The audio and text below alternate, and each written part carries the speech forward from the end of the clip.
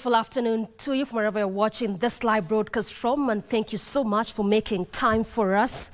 This is KBC Lunchtime News. I'm Doreen Arange. Baranabuli is our sign language interpreter. This afternoon, we begin this live broadcast with some health matters, where the Ministry of Health has moved to dispel fears, the death of 2 minors, and adverse reaction of 23 children during the polio vaccination drive between 2nd to 6th October was as a result of the vaccine. Director General of Health, Dr. Patrick Omoth, and officials from the Kenya Pediatric Association and Kenya National Safety Vaccine Advisory Committee, assuring the public of the safety of the polio vaccine, say the deaths of the minors and reaction to some of the minors were found to be coincidental. Those who experienced reactions were resolved over time, noting that health events happen around the time of vaccination by chance and are not caused by the vaccine itself. Omoth has urged parents and caregivers to continue immunizing their children and to participate in the second round of the 5th day of polio vaccination campaign that kicked off yesterday and is expected to end on Wednesday, the 13th of November, 2024. That took place from 2nd to 6th October 2024 in 9 counties were investigated by the Kenya National Vaccine Safety Advisory Committee, chaired by Professor Wafula here, who found out that the reactions were coincidental and resolved over time. We looked at every case carefully, following all the rules set up scientifically and by World Health Organization, and we did confirm that in none of these children was there any direct relationship or link with the polio vaccine.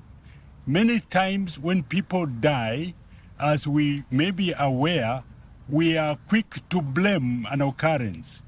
We were careful to be sure that if there was a link, we established. Vaccines save lives.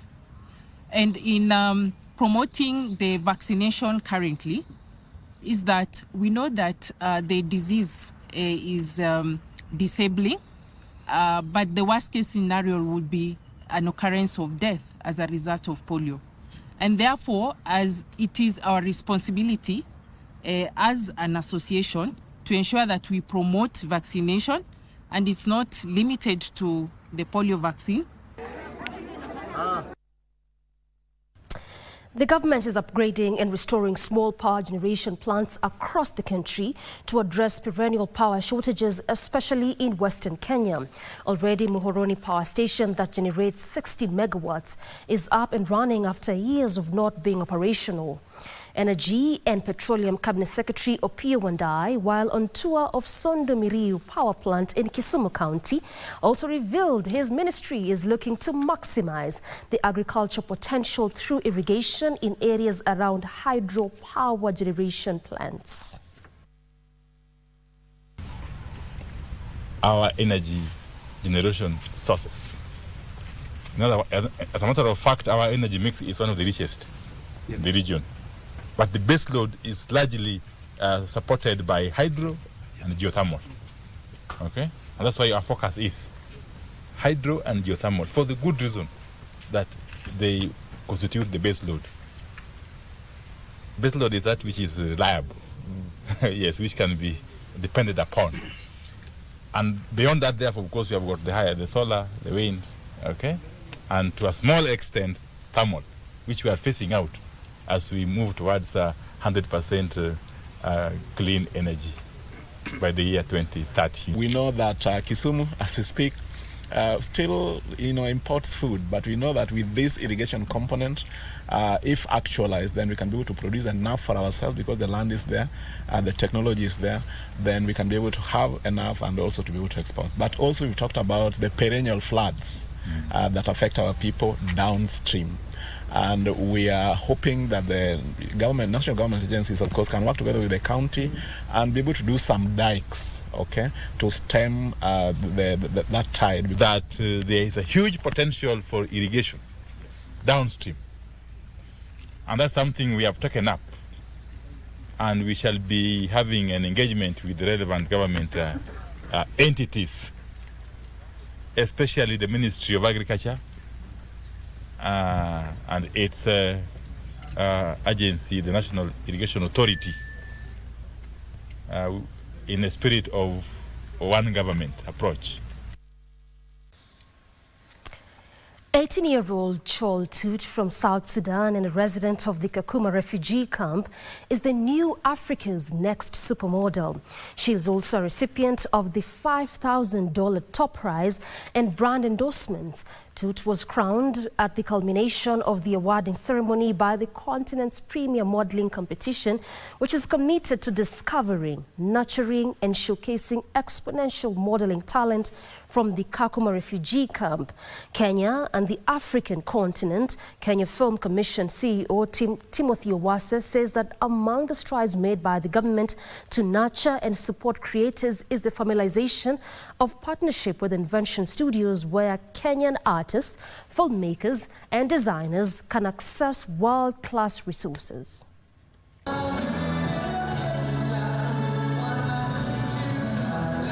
The Africa's Next Supermodel competition brought together 17 participants from Kenya, Nigeria, South Sudan and Rwanda.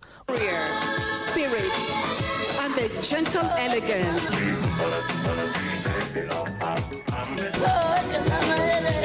All seeking the coveted $5,000 prize. Iron and fabric.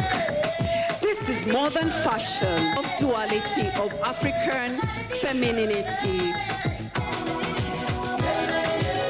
One after the other, the models took the stage to make a spectacle of their beauty, stage presence and runway prowess. Essence of the African woman. They rocked design outfits custom made by the continent's designers.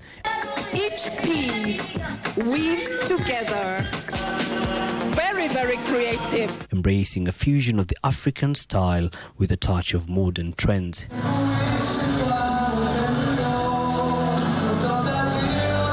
Several categories and eliminations later, it was time for the unveiling of this year's continental winner.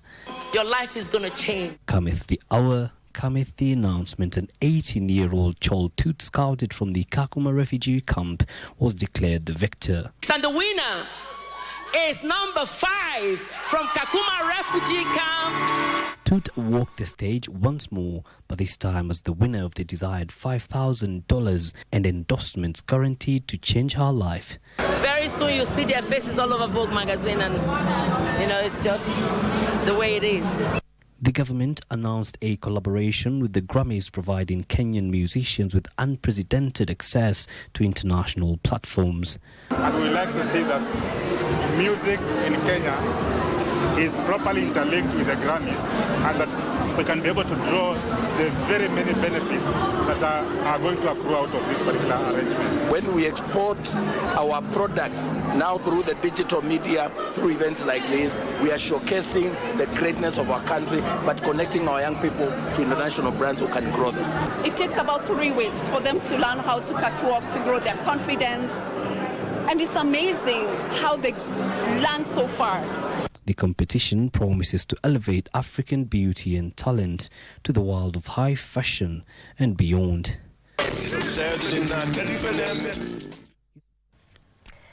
And away from that, politicians in Siaya County want the police to unravel the mysterious murder of the late Wells Fargo human resource manager, Willis Ayeko, and reveal perpetrators of the heinous crime. Speaking during the late Ayeko's burial at Ogiende village in central Alego location, the leaders, among them members of parliament, area governor and a cabinet secretary, pledged that they will not rest until the planners and executors of the murder face justice. Addressing mourners, Siaya Governor James Orengo and Alego Songa Member of Parliament Samuel Atandi expressed fears of plans by unnamed persons to compromise investigations and deny Ayeko's family justice. And I have come to the conclusion that maybe there's a bigger force that is trying to stifle investigations so that the family of Willis and his friends do not get justice. And I am pleading with the police let us not go around the stories to talk about thugs and criminality. We want the killer or killers.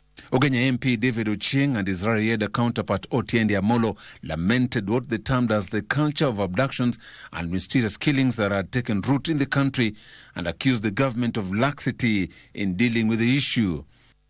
When the Chinese were rioting, we saw police abducting people in broad daylight. They disappear. Up to now, there's not 100 people that have not been found where they are, abducted by the police. This is a national menace that we've encouraged for too long by government. The security forces must understand that the absence of security is either committed by the security forces or tolerated by the security forces. Criminals and such evil-minded persons have got no place in a civilized society.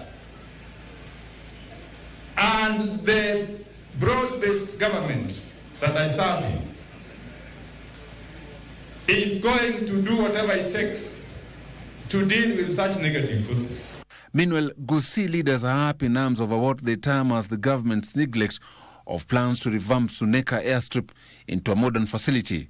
Speaking during the burial of former Bonchari MP Zebedeo Pore, West Mugirango MP Stephen Moganka and former legislator Pevelo Emeke alleged that there was a conspiracy by unnamed quarters to airlock the Gusii region through denial of an airport. It cannot be possible that that airport at Suneka that was brought by the colonial government can now become no airport when we are an independent country. Joseph Ohungu for Lunchtime News. In our section of residents in Isli Airbase claimed that there are plans by local church to grab a public utility land designated for public use. According to the irate residents, the move by the church has made it difficult for them to access the property that is meant for recreational activities. They are now calling on the area leaders to join hands to help the community get back the land and have easier access as it was previously.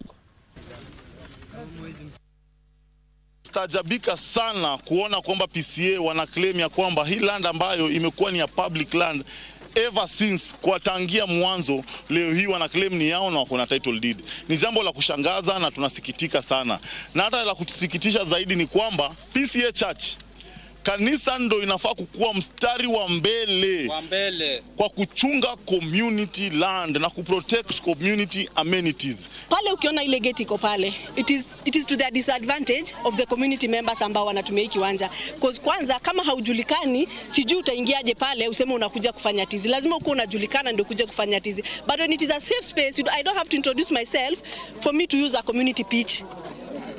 So lengo lao la kuweka gate pale ndio sasa tunaliona wazi kwamba ilikuwa ni kuweza kuweka sehemu ambayo wataweza kunyakua kwa urahisi bila watu kuona kenye kinaendelea hapa ndani.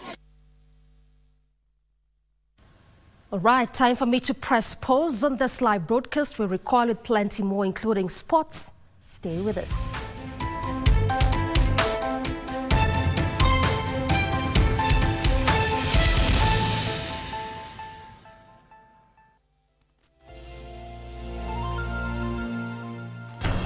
Change is here. And this shift is about many things. The country's shifting. This is Kenya's vision, the journey to development. KBC is going to be the home to realize, to discuss, to share ideas about this shift and to know where our country is going. We dissect the rumors. We clarify the perceptions. A clear picture of the status quo. Change is indeed here. Everything is shifting. The shift.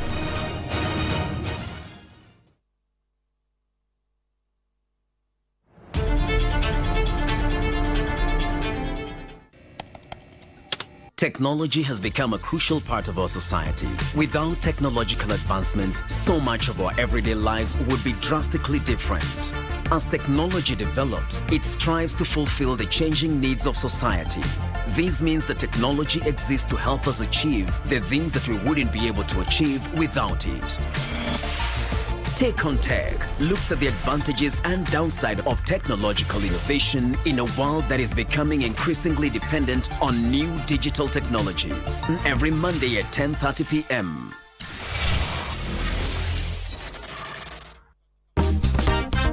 I have a very fun-filled episode lined up for you. Consider this your refresher course on what's in and what's not, so that we can stop embarrassing ourselves out there. You have the money in your pocket. Now you can go ahead and say, this is my skin type.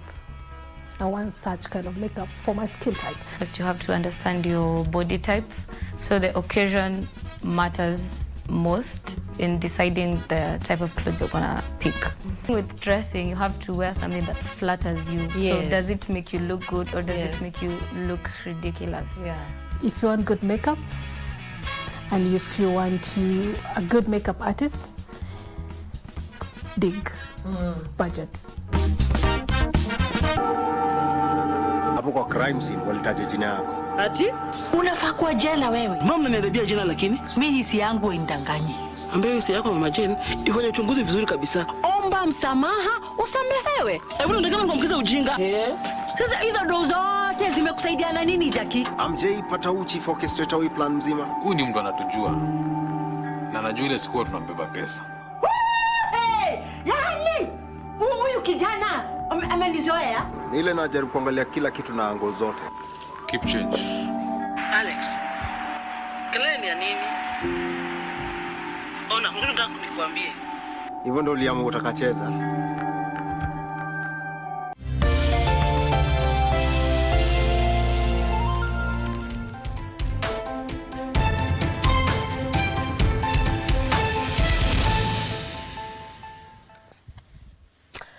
Welcome back.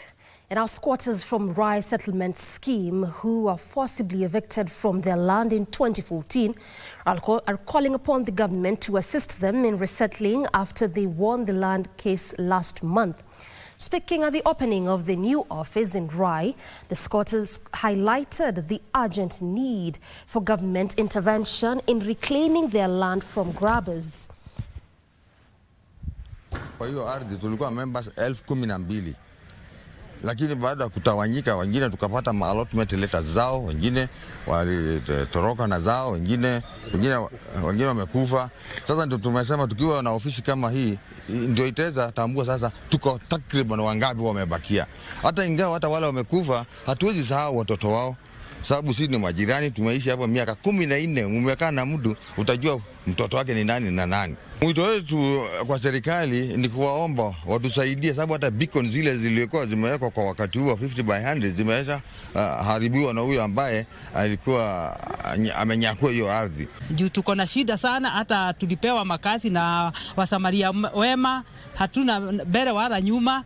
Sasa tunaomba tu serikali yetu tusaidie. Serikali ya Kenya na wale walio katika mamlaka waweze kusikia kilio chetu, waweze kuingilia kati ili waweze kutusaidia kuingia mahala pale.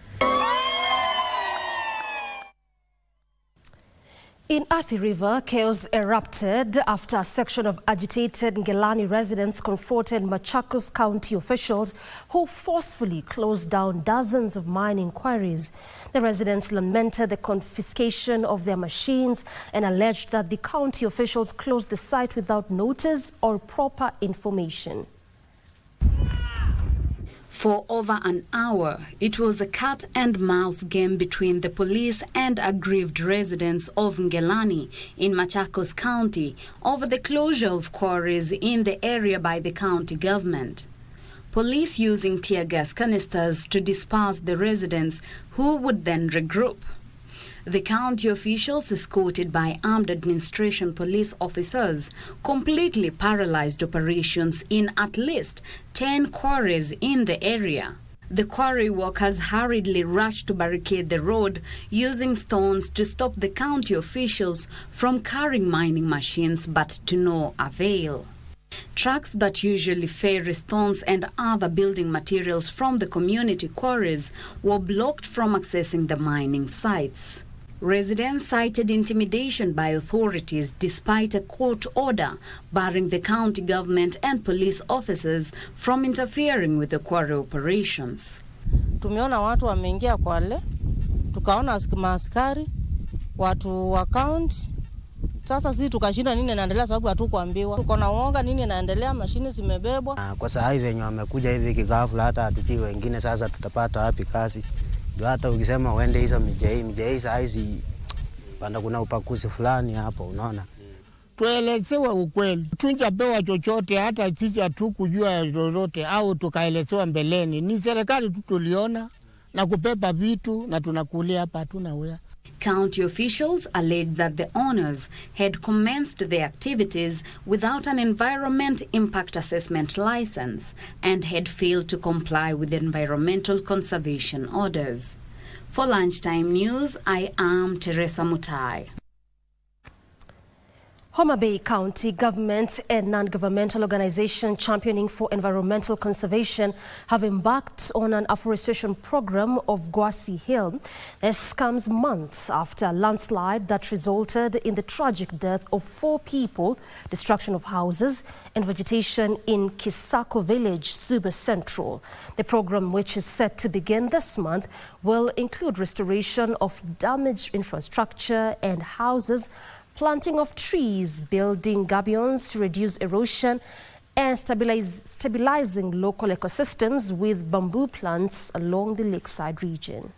By the flood so that we can also build their synergy towards restoration, and also we are planning to actually work with the national government and the county government to build infrastructures that is also going to help the community build back better. Mobilize resources so that we can clean the town and the beaches. In addition to that, we have the riparian, we have also the beaches which have been degraded, especially the Gingo Beach, as a result of uncontrolled sand harvesting.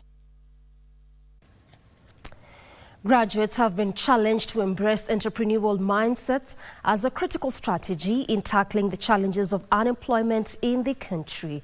Speaking during Zetech University's 8th graduation ceremony, Vice-Chancellor Professor Njenga Munene encouraged the graduates to step into the future with confidence and actively contribute to nation-building efforts. He further urged graduates to leverage the skills to adapt to the rapidly changing world. A total of 2,566 students graduated in various disciplines. Event is for them to create more job opportunities so that graduates can get jobs. The reason why we introduce programs is because of the market need. The market is saying this is what we want, and therefore we respond to their need. Otherwise, you may introduce programs which nobody wants, so you have them and you don't give because nobody takes them.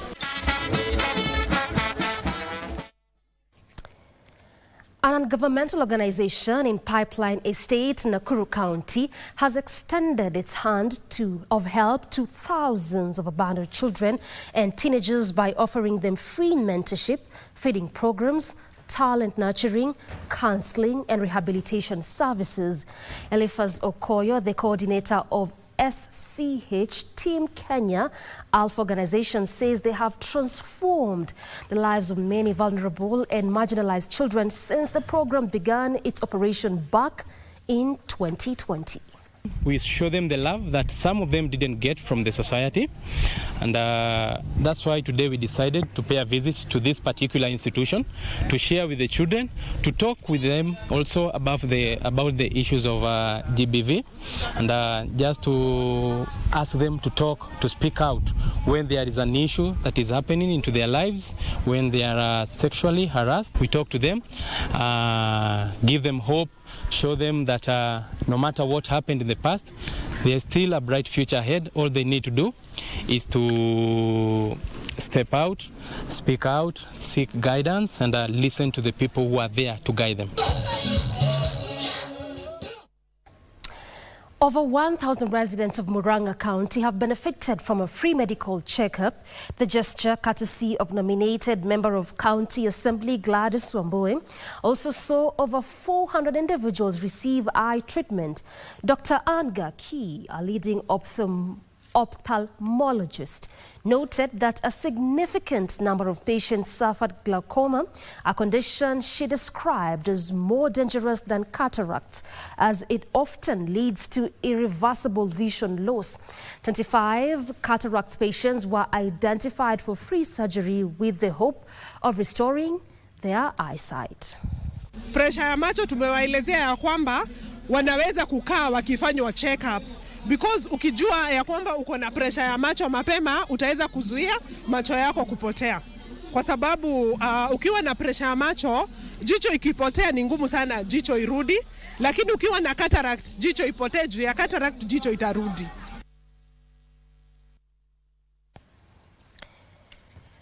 Non-governmental organizations have been challenged to focus more on youth sensitization, especially on drugs and criminal activities.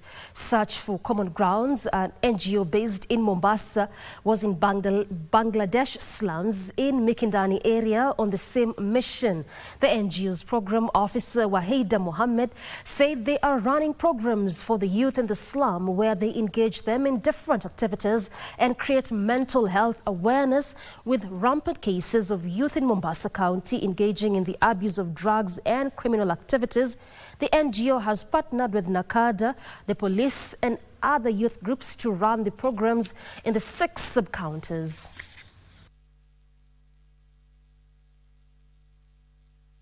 Waficha baadhi ya wale ambao wanatumia hizi madawa, wanaona wakiwatoa ili kuwaleta katika rehab na kupata usaidizi wa counseling, wanaona kama aibu katika zile familia. Kwa hivyo tunaambia jamii wajitokeze wajitokeze, washirikiane na mashirika kama Search for Common Ground na kada, hizi faith base, ili tuweze kuwanasua hawa vijana wakati huu ambao wale wameathirika katika madawa ya kulevya. So the whole agenda ama the aim ni kwamba vijana wetu wawe protected, ili at least their futures, because hao ndio viongozi wa leo na wa kesho, ili if they can be able to be confident enough to make wise decisions, they can be at least better equipped to be good leaders in the future, and kwamba they will be our future, and yes, so they can be guided. So we are here and the work continues, helping our young boys can be guided and at least make wise decisions. Activities, maybe fun of playing football, singing drawing, singing like sitting in a group, having a conversation. Mzazi wakati wa likizo ndo watoto kama sisi kama yeye tunapotea. Ni kweli mzazi nafaka na mtoto wake. Kama kuna kitu anakijua mtoto wake akijua amfunze. Kama ni mtoto wa kike pale nyumbani anamsaidia kazi kama kupika hivi. Huwa kiume naye si kila time akikosekana nyumbani basi akija mmoja tu kila kitu kiko sawa. Ajaribu pia kumjulia hali anatoka wapi na kila kitu kitaenda sawa. Social, economic and cultural differences have been termed as a reason for community disputes in the country. Dan Mugera, Trust Building Program Manager, stated that beyond faith, people have been largely divided by 3 issues.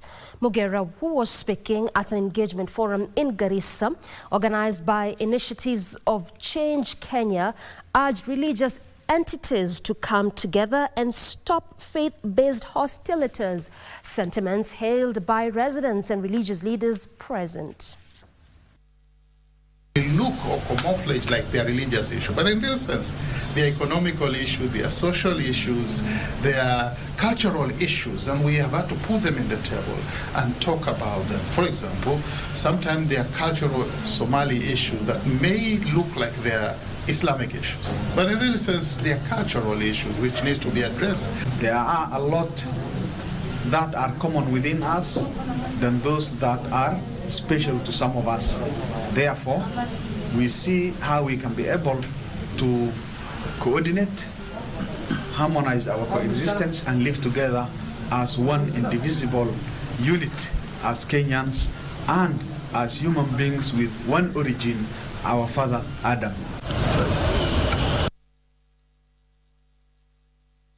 To some sporting action now. Manchester City slumped to a fourth consecutive defeat after blowing the lead to lose 2-1 at Brighton, allowing Liverpool to move 5 points clear at the top for nearly a year, prior to losing at Bournemouth last weekend, but after also exiting the League Cup to Tottenham and being... All right, that story now puts a cap on what we had lined up for you this Sunday afternoon. We now exit and sit ground for the next program. This has been Lunchtime News. I'm Doreen Arange. Baron Abuli has been our sign language interpreter. Good afternoon.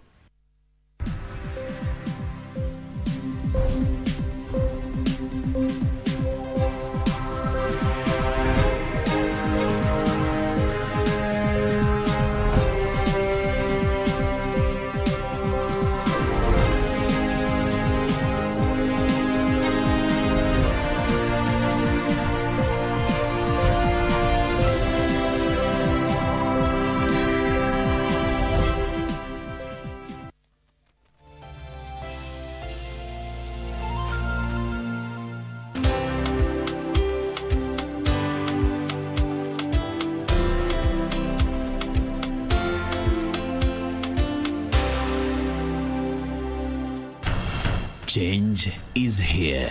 And this shift